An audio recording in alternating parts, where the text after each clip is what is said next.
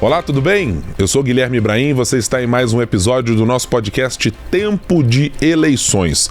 Aqui ao meu lado, mais uma vez, para a gente participar das nossas conversas semanais 2 vezes por semana, segundas e quartas-feiras, Thalita Marim. Como vai, Thalita? Tudo bem?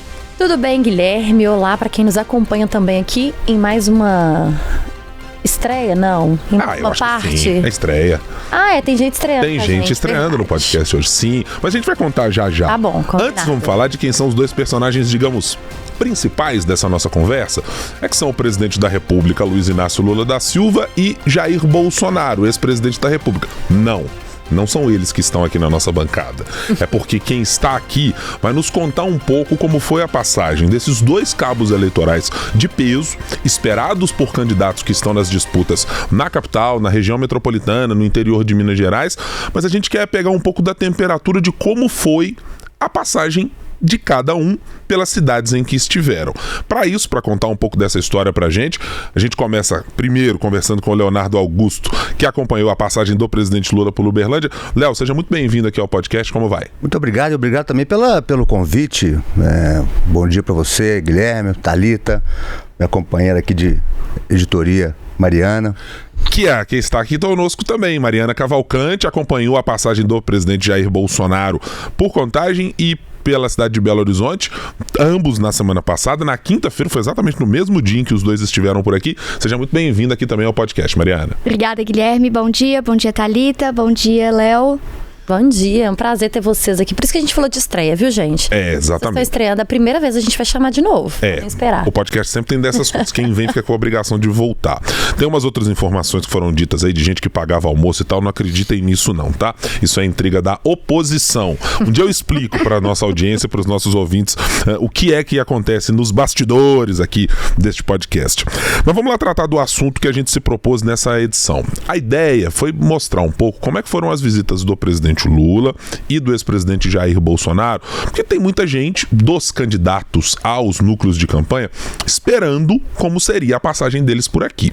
Então vamos começar por quem esteve aqui mais perto da nossa redação, dos nossos repórteres, que foi o ex-presidente Jair Bolsonaro. Na quinta-feira passada, passou primeiro pela cidade de Contagem, na região metropolitana, num ato na região próximo da prefeitura da cidade, ali perto da igreja mais conhecida do município de Contagem, e depois esteve em Belo Horizonte para participar de um outro ato aqui numa casa, no Bifly Hall, uma casa de shows conhecida aqui da cidade. Mariana, então quero, para você que acompanhou primeiro essa passagem do ex-presidente, colher um pouco das suas impressões. Foi uma passagem com um discurso do ex-presidente focado nas coisas do município de Contagem de Belo Horizonte, pedindo voto para esses candidatos, Bruno Engler em Belo Horizonte e Cabo Júnior Amaral na cidade de Contagem, mas com foco no que estava acontecendo na cidade, ou tratou-se de um discurso mais nacionalizado, com as questões que o ex-presidente tem lidado até então? Guilherme, o ex-presidente Jair Bolsonaro, na visita dele aqui em Minas, e aí é importante destacar também que ele foi para Santa Luzia antes de Contagem para apoiar a candidata Fábia, e depois, no dia seguinte, na sexta, ele foi para Juiz de Fora também. Por que eu falo nisso? Nessas 4 visitas, o ex-presidente teve um discurso muito nacionalizado. Então, ele não teve em nenhuma das cidades que ele foi para apoiar candidatos para a prefeitura municipal um discurso focado na cidade. Outras pessoas que estavam na comitiva dele fizeram esse papel. A ex-primeira-dama Michele Bolsonaro fez esse papel em Contagem e aqui em Belo Horizonte, de falar mais dos candidatos, de se aproximar aqui em BH especificamente da vice do Bruno Engler, que é a Coronel Cláudia. A Michele abraçou ela, fez todo um discurso. O senador Flávio Bolsonaro, filho mais velho do ex-presidente, também fez esse papel de falar de eleições municipais, mas o Bolsonaro mesmo, que era a figura principal nessas visitas, porque ele é o cabo eleitoral mais importante, inclusive é interessante destacar que aqui em Belo Horizonte a Data Tempo já mostrou que ele é o cabo eleitoral que mais tem influência, né, nos eleitores. Ele teve um discurso totalmente nacionalizado. Isso significa que ele não citou os candidatos? Não.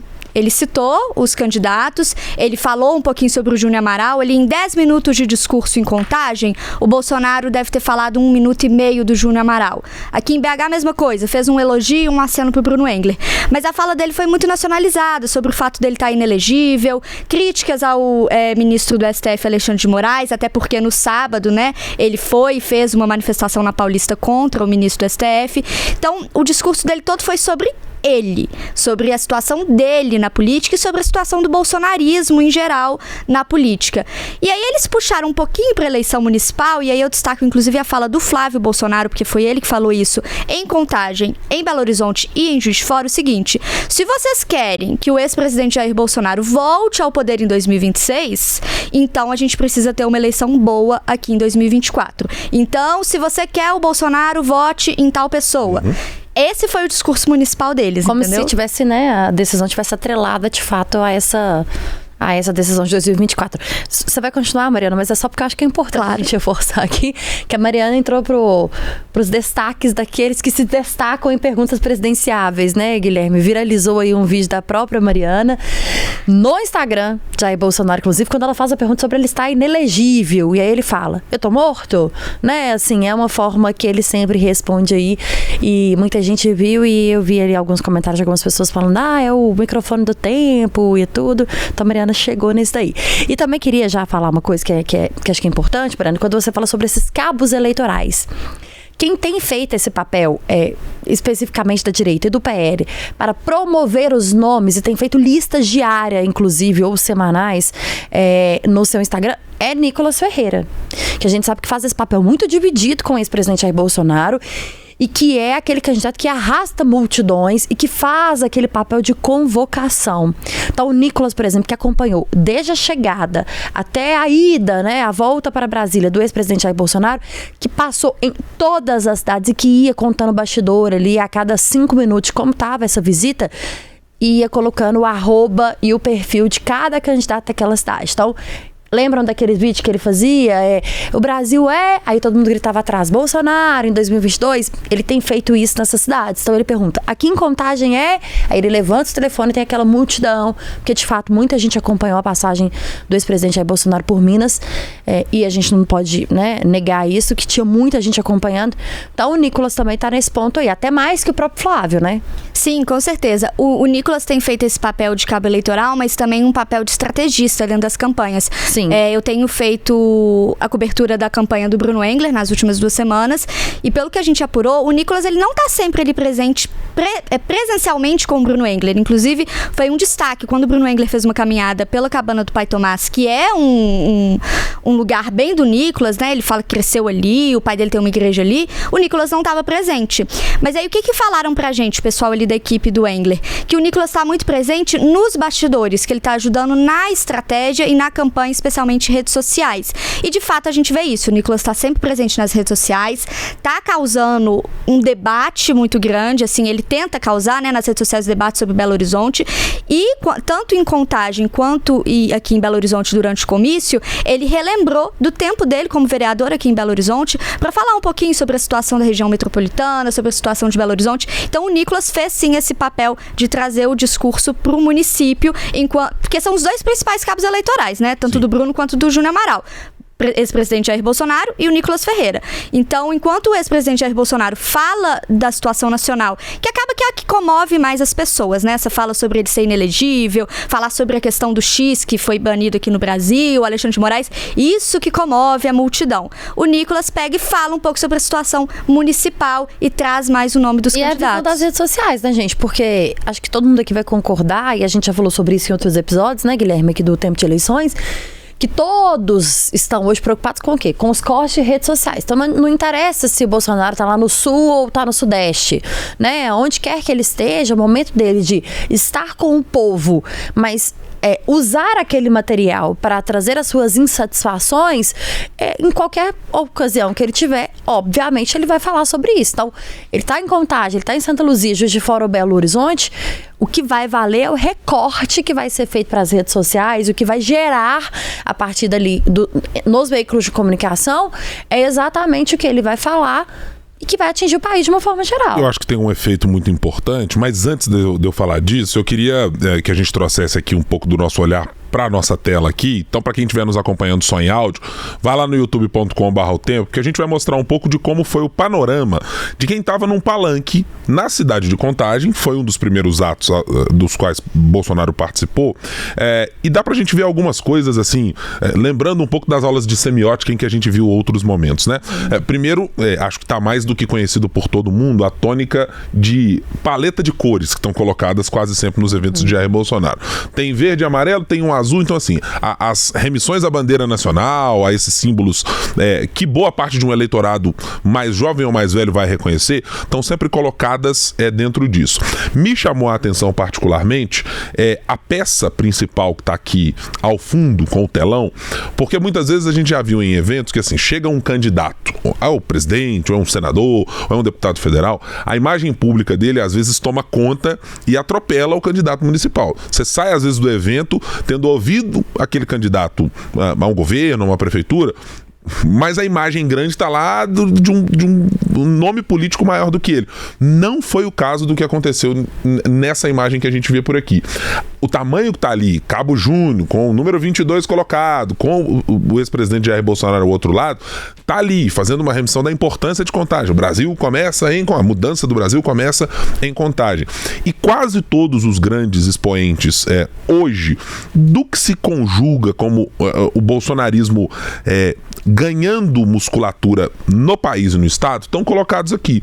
A gente viu Nicolas Ferreira, a gente está vendo aqui, tem gente que é candidato a vereador com possibilidades consideráveis de ser bem votado, pelo menos essa é a avaliação que se tem interna ao PL. Tem deputado estadual como Cristiano Caporeso, por exemplo, tem o presidente estadual do PL, Domingos Sávio, um pouquinho mais atrás estava ali a ex-primeira-dama Michele Bolsonaro, a candidata a vice de Cabo Júnior está ali posicionada ao lado dele. Então assim, é um palanque recheado de política e de gente disposta, ao que parece, a pedir votos muito clara e abertamente.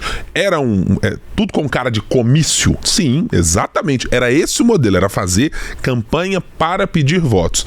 E eu acho que, para fazer agora a referência que eu comecei mencionando antes de chamar a imagem, eu acho que esse discurso que Jair Bolsonaro faz em todas as cidades, ele tem uma função muito importante de manutenção de agregação do bolsonarismo em torno dele, porque ele se apresenta como a grande e única voz para vocalizar essas pautas.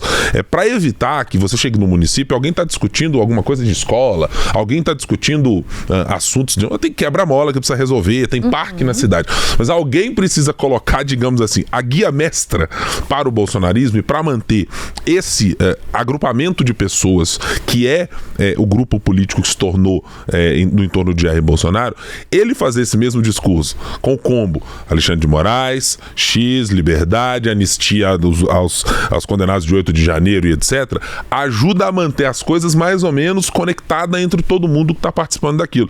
Então, mesmo quem não conheça o candidato daquele município, vai dizer, não, deixa eu ver lá nas redes do Bolsonaro o que é que está acontecendo. E talvez vai encontrar alguma referência a partir dali, para se conectar e formar esse grupo grande de gente que está numa rede social acompanhando tudo aquilo que vai acontecer. Mas eu quero te perguntar, Mariana, sobre cenários como esse aqui. Na hora que tá lá embaixo, quando tá vendo as pessoas, gente com mobilização, com bandeira, etc., tá lá santinho sendo entregue, aquele papel de política convencional para um candidato a prefeito, como é o caso de Cabo Júnior, aquilo também estava acontecendo ao mesmo tempo? Tá acontecendo. A campanha do Cabo Júnior e do Bruno Engler é uma campanha um tanto tradicional, vamos falar assim, quando está nas ruas, entrega santinho, tem toda aquela comitiva atrás com bandeira, andando, né, com vans, vem uma van inteira de equipe deles e conversa com as pessoas e passeia. Isso tá bem tradicional. Só que o que acontece? E aí eu acho que é importante destacar em alguns pontos da sua fala. Quem tá ali já é um público muito fiel ao ex-presidente Jair Bolsonaro, que acompanha ele frequentemente nas redes sociais e muito provavelmente já sabe, o Bruno é o candidato dele em Belo Horizonte, o Cabo Júnior em Contagem. O que o Cabo Júnior e o Bruno lutam hoje é a questão do desconhecimento. O Cabo Júnior é uma questão mais à parte, porque ali ele disputa contra a atual prefeita, que é do PT, a Marília Campos, que tem tido um desempenho muito bom nas pesquisas, enquanto o Bruno tá ali no segundo lugar, ele tá conseguindo talvez uma vantagem. O Cabo Cabo Júnior, ele disputa ali com a Marília, tá bem diferente a questão dos votos dos dois. Então, e tem o fato dela ser do PT. Então, assim, todo o discurso ali no comício e em Contagem focaram muito no PT também. Falaram muito do PT. O Bolsonaro falou muito do PT. Em Belo Horizonte ele não falou. Em Belo Horizonte quase não se falou de Lula, de PT, porque não é uma figura que está tão grande aqui na disputa, que a disputa, eles falam muito, e aí eu acho interessante destacar, o Bruno Engler tem batido mais nos candidatos que também são de direita. Porque Belo Horizonte, a gente já viu ali, a Datatempo já mostrou, é uma cidade que a maior parte das pessoas se diz de direita conservadora, então é um público importante para ele. O Bruno não é muito conhecido, ele falou isso com a gente já, ele falou, olha, eu preciso que o Bolsonaro esteja aqui para me fazer conhecido. As pessoas precisam saber que eu sou o candidato dele. E ele precisa conquistar, e ele tem feito um trabalho meticuloso para isso, os votos da direita bolsonarista, então, descubram que há uma diferença. Que há uma diferença. Ele precisa da direita bolsonarista, descubram que eu sou do Bolsonaro, e da direita que não é bolsonarista. Sim. E essa direita tá indo para quem? Principalmente Mauro Tramonte, que tá em primeiro lugar nas pesquisas, e talvez ali um pouquinho para Carlos Viana também, que tá empatado em segundo lugar com o Bruno. Eu acho que a grande... o grande empecilho hoje do PL em Belo Horizonte é exatamente o concorrente direto de Bruno Engler não ser do PT. Porque o discurso político do PL nesses últimos anos, 4 anos, qual foi? Não podemos deixar o PT tomar conta do país. Então, talvez o PL não tenha ainda conseguido abrir a mente para uma política de combate ou de ganhar a eleição que não seja contra o PT. Né? E isso volta naquilo contra que o essa falou. Polarização. Então, para o Bruno Engler, gente, é péssimo. E você citou aí, né, que o Bruno Engler está tendo que bater hoje ou combater os seus concorrentes que são da direita. Eu participei do debate da Rede Minas na semana passada, na terça-feira, fui convidada, né, para fazer uma pergunta e internamente, ou nos bastidores, inclusive com assessores de outros candidatos, a gente estava falando sobre isso. O Bruno, ele precisa achar um outro caminho de não bater naquilo que ele defende, que é a direita, mas também ele não tem como bater diretamente no PT, porque ele vai bater em vão em um candidato que é o Rogério Corrêa, que sequer desponta nas pesquisas. Então é bater em vão. Ele não tem ainda, não achou o ponto principal de fazer essa campanha. Exatamente. É bastante curioso mesmo esse cenário que está colocado, porque... E lembrando, né, que a gente tá aí... Não, só uma... Claro. Que a gente tá aí há 4 semanas, né? Há 4 semanas, 28 dias, né, gente? Quer dizer, já é um momento já que as coisas ali começam a partir para definição, vamos dizer assim. Ou minimamente que o candidato precisa, né, Léo, ter pelo menos o direcionamento de contra quem ou atrás dos votos, de quem ele está. Me parece que esse diagnóstico que a Mariana traz de dentro da campanha de Bruno Engler e que a Thalita também coloca junto nesse pacote, fazem todo o sentido para Bruno Engler. Dizer assim, eu sou conservador. O cara que está aí do seu lado não é tão conservador assim, não. Eu sou mais do que ele. E isso não me parece ser tão difícil, uma vez que o PL já conseguiu fazer isso, por exemplo, com o Partido Novo em outros momentos, né? O próprio Partido Novo sofreu nas últimas eleições e foi tendo resultados pífios em várias localidades por essa confusão de dizer, mas peraí, já que é conservador, eu vou com a turma do PL, que é a minha turma. E aí quem tava com o Partido Novo dizia, mas também vocês não são tão assim, né? Podia ser mais aqui, um pouquinho mais à direita.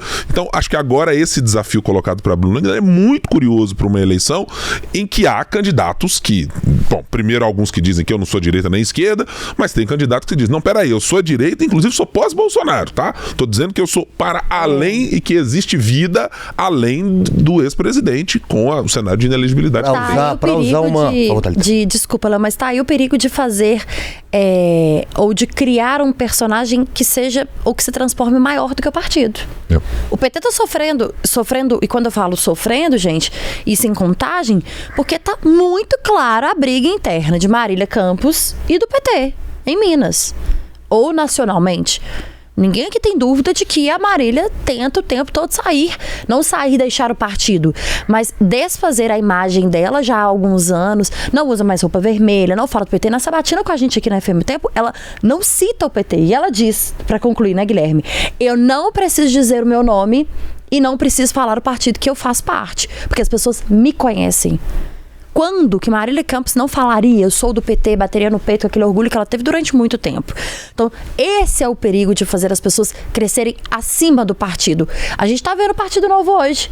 O Partido Novo é o partido do governador de Minas e só isso. Não consegue sequer fazer nomes. E vamos só lembrar também que Contagem é a maior cidade governada pelo PT no país. Em Exato. PIB, em população, em quase Em todos tudo. os argumentos. E aí foi ótimo que a gente citou Marília Campos, que é um quadro que tem, neste exato momento, um quê de menos PT e menos Lula, e ela mesmo disse aqui recentemente que não estava contando necessariamente com vindas do presidente da República para apoiá-la. Não é exatamente o que acontece em Uberlândia, né, Léo? Onde esteve o presidente na última quinta-feira, deu entrevistas, inclusive, concedeu uma entrevista a uma rádio local, dizendo: eu estarei na campanha, na Rádio Vitoriosa, em Uberlândia, dizendo: eu estarei na campanha da deputada federal Dandara Tonatzin, que faz uma vinculação total e absoluta com a figura do presidente da República. Você pode constatar abrindo a rede social mais básica dela. No Instagram, a primeira foto é um beijo do presidente Lula na testa da deputada, mostrando que a relação que ela quer construir para aquele eleitorado é exatamente isso. Só que ali, Léo, tratávamos de um evento que não era única e exclusivamente campanha. Tinha anúncio a ser feito, né? Então, ficou uma coisa que te pareceu no meio do caminho, quer dizer, o presidente colocou um pé na canoa, mas também não podia colocar o corpo inteiro em cima da canoa, porque se tratava de uma questão institucional. Guilherme, eu acho que ela talvez tenha ficado mais na canoa oficial mesmo, vamos dizer assim, porque ele esteve lá para inaugurar o prédio do Hospital das Clínicas da Universidade Federal de Uberlândia, né? E a coisa campanha ficou, se podemos dizer assim, ficou com o encontro da deputada com ele, candidata, a Dandara, com ele no aeroporto, e essas citações na rádio que você disse. Nada além disso, né?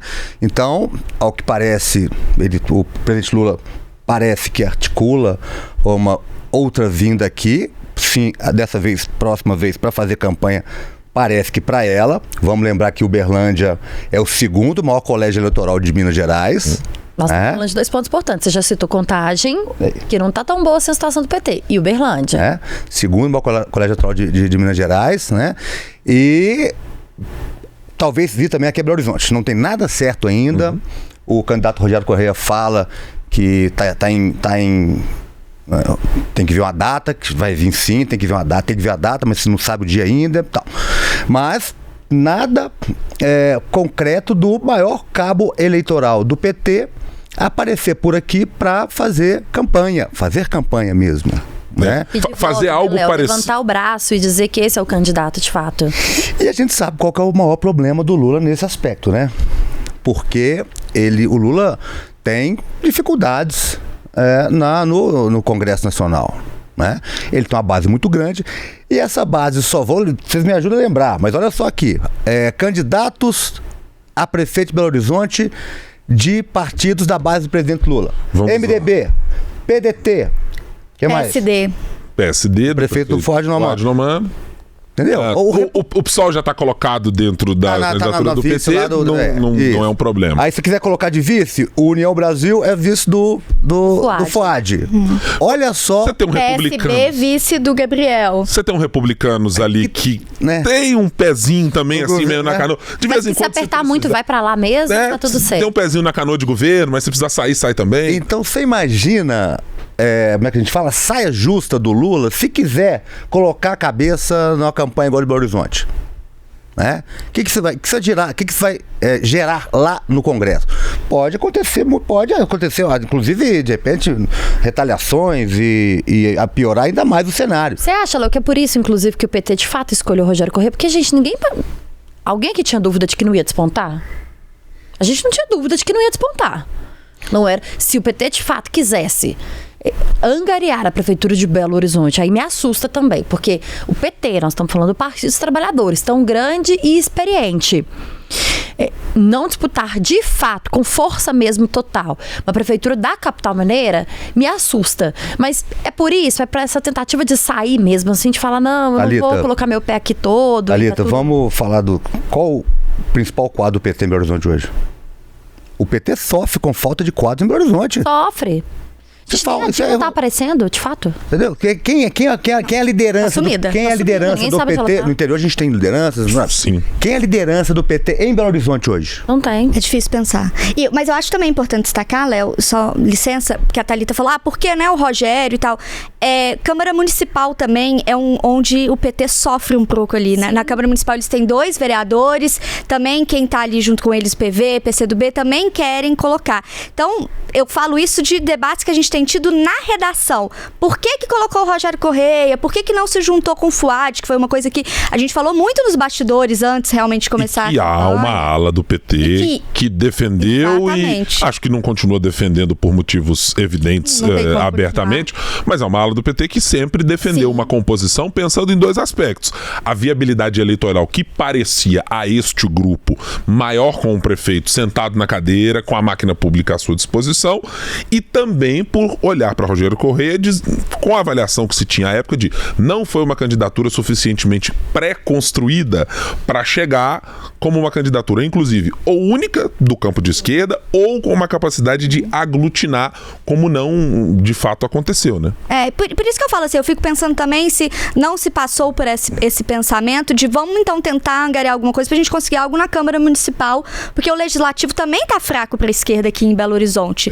E assim, eu acho importante destacar, pouco antes da campanha começar, a gente apurou e existia uma conversa do próprio Kassab em nível nacional com o Lula pra ver se o Lula não ia falar, não, vamos agora então apoiar o Fuad, vamos colocar o PT junto com a campanha do Fuad, que já era algo que estava muito difícil, porque o Fuad já tinha a coligação com a União Brasil, com o Álvaro Damião como vice, então o PT não ia ter muito espaço ali. Mas ainda existia essa conversa exatamente porque existe essa ala dentro do PT que não queria o Rogério Correia. Existe, inclusive, muitos petistas, ou pessoas do PCdoB e pessoas do PV, que são todos da mesma federação, na prefeitura do Fuad Noman. Posso citar aqui nominalmente um caso que acontece esse. É o deputado, aliás, o vereador, teve aqui com a gente até outro dia, aí eu esqueci o nome dele quando eu ia falar exatamente agora.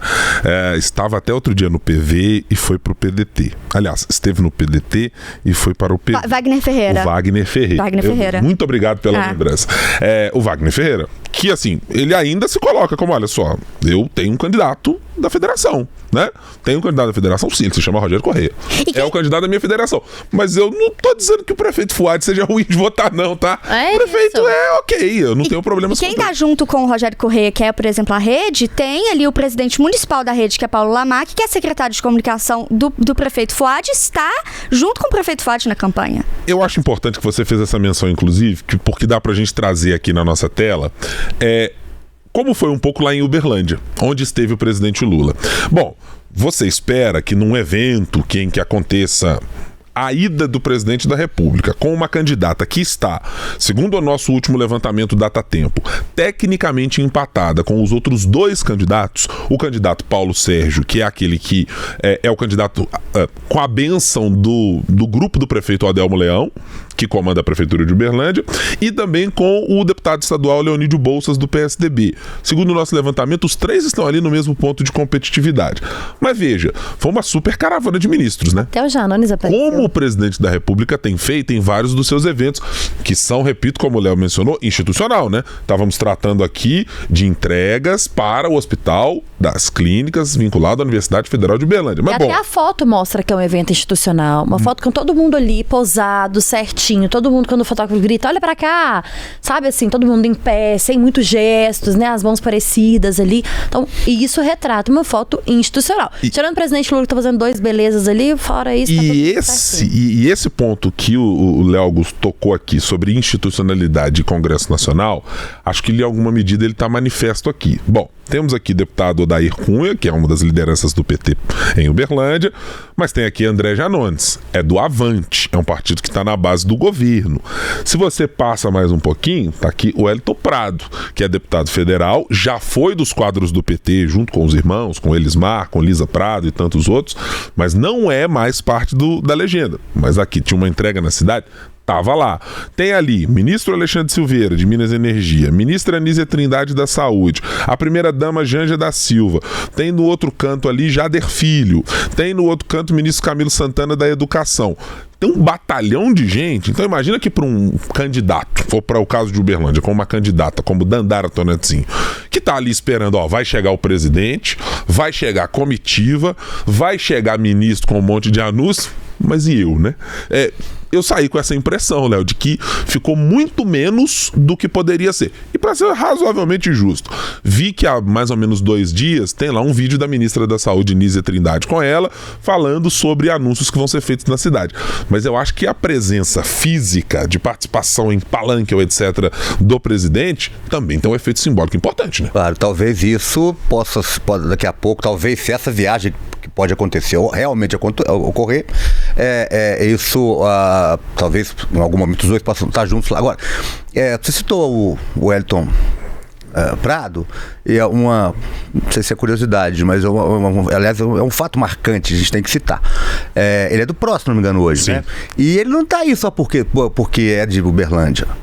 Dos 244 milhões dessa obra aí, 130 milhões são de emendas parlamentar dele, ele que indicou. Mais da metade do custo da obra.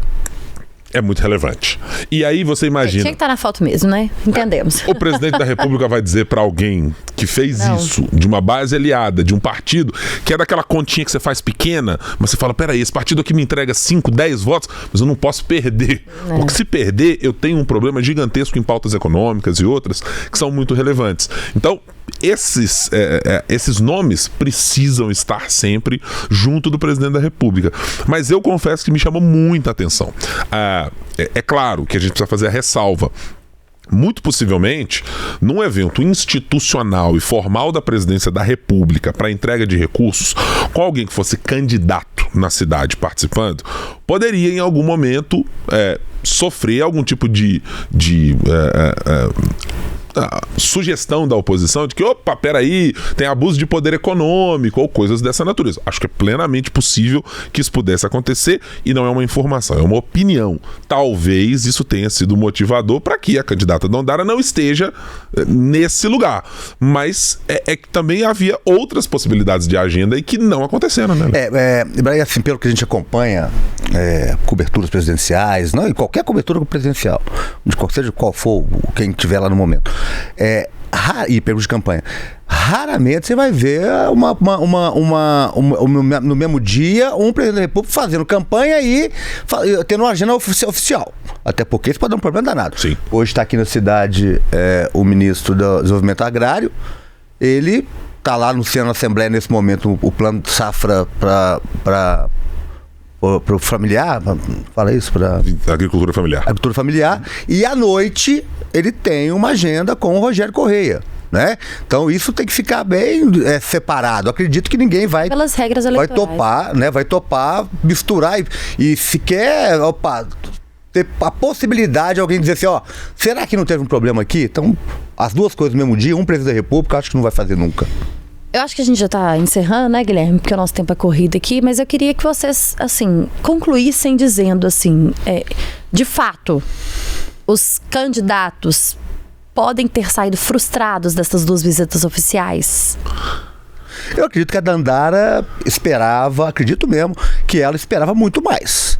Talvez alguém possa ter conversado com ela, que não seria assim, que depois, em algum momento, né? Mas eu acredito que uma visita do principal cabo eleitoral do partido, e essa visita ter só um encontro no aeroporto, pode ser bem frustrante. Pra quem tá esperando é frustrante. Seu caso, Mariana? Eu imagino que essa frustração ela vem a depender das consequências da visita do ex-presidente Jair Bolsonaro para Belo Horizonte e Contagem nessa próxima semana. A expectativa dos 2 candidatos era: vamos nos tornar mais conhecidos e vamos angariar mais votos.